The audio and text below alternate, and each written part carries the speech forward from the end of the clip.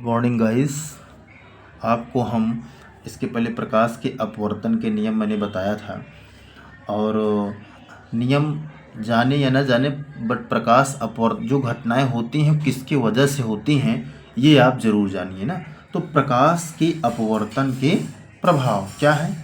दैनिक जीवन में प्रकाश के अपवर्तन के कारण कुछ प्रभाव हम देखते हैं, इनको नीचे सूचीबद्ध किया जा रहा है। प्रकाश के अपवर्तन के सिद्धांत से इनको समझाने का प्रयास करो। क्या है।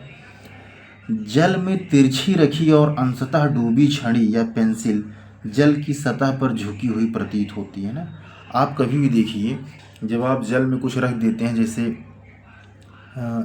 चाकू रख दीजिए या खाना बनाने के बाद आप लोग जो रखते हैं मतलब जैसे कोई भी स्टील का सामान रख दीजिए या छड़ी रख दीजिए, तो वो हल्का सा तिरछी दिखाई पड़ती है जो ऊपर निकले। क्यों?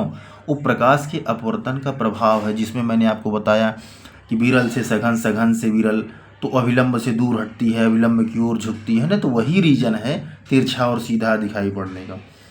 जल से भरे बर्तन के नीचे रखी वस्तु उठी हुई दिखती है। जल से भरे बर्तन के जैसे अगर जल में कोई सिक्का डाल दीजिए तो हल्का सा ऊपर उठा हुआ प्रतीत होता है ना।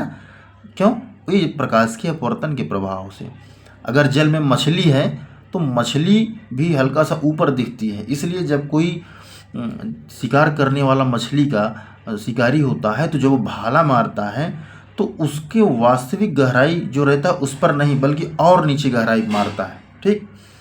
अब देखिए आगे क्या दिए। जल के तालाब की गहराई उसकी वास्तविक गहराई से कम दिखती है, इसी वजह से। क्यों? प्रकाश के अपवर्तन के प्रभाव से। अगला है आपका पॉइंट क्या। निर्मल रात्रि में तारे टिमटिमाते दिखाई देते हैं जबकि ग्रह नहीं टिमटिमाते। इसका रीजन क्या है? प्रकाश का अपवर्तन ही इसका भी रीजन है। आपसे कोई पूछे तारे क्यों टिमटिमा रहे हैं, तो क्यों? अपवर्तन के नियम से। आपका अगला क्वेश्चन क्या है। कांच गिलास में जल में डूबा नींबू किनारे से देखने पर अपने वास्तविक आकार से बड़ा दिखाई देता है।